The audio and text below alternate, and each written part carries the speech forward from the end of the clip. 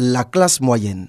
Certains la définissent en tenant compte des catégories socio-professionnelles, quand d'autres se basent sur les écarts de revenus, principalement sur le niveau de vie. Partant, la classe moyenne se situe au-dessus des classes pauvres ou classes ouvrières et en dessous des classes aisées.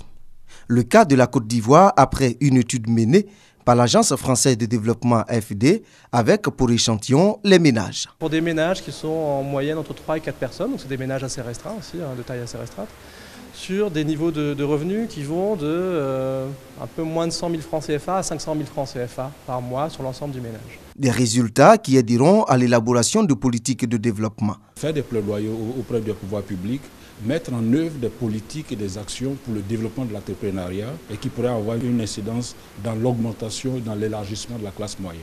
La classe moyenne rassemble un ensemble de populations hétérogènes.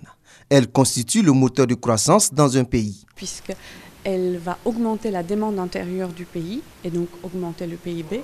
En même temps, elle crée une demande supplémentaire de consommation et des biens de services qui est assez différente de celle qui peut être générée soit par les classes très riches, soit par les classes très pauvres. Donc ça contribue à la diversification de l'économie. Le concept de classe moyenne en Afrique fait toujours débat entre chercheurs, experts, structures de développement, cabinets de recherche et institutions.